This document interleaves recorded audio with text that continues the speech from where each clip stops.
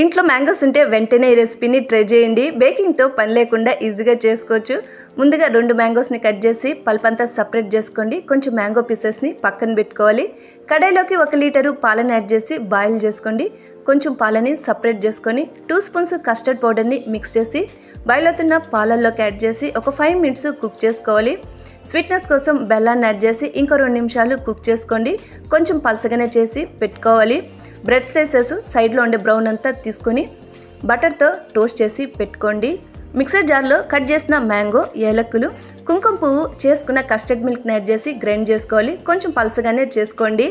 ఒక బౌల్లోకి చేసుకున్న mango custard, bread slices arrange చేసుకున్నాక పైన మళ్ళీ మ్యాంగో కస్టర్డ్ని యాడ్ చేసుకొని డ్రై ఫ్రూట్స్, మ్యాంగో పీసెస్తో గార్నిష్ చేసుకోవాలి. ఇలా మనకి కావాల్సిన లేయరు మ్యాంగో కస్టర్డ్, బ్రెడ్ని అరేంజ్ చేసుకున్నాక డ్రై ఫ్రూట్స్, మ్యాంగో పీసెస్తో గార్నిష్ చేసి ఫ్రిడ్జ్లో పెట్టి చల్లగా సర్వ్ చేసుకోండి.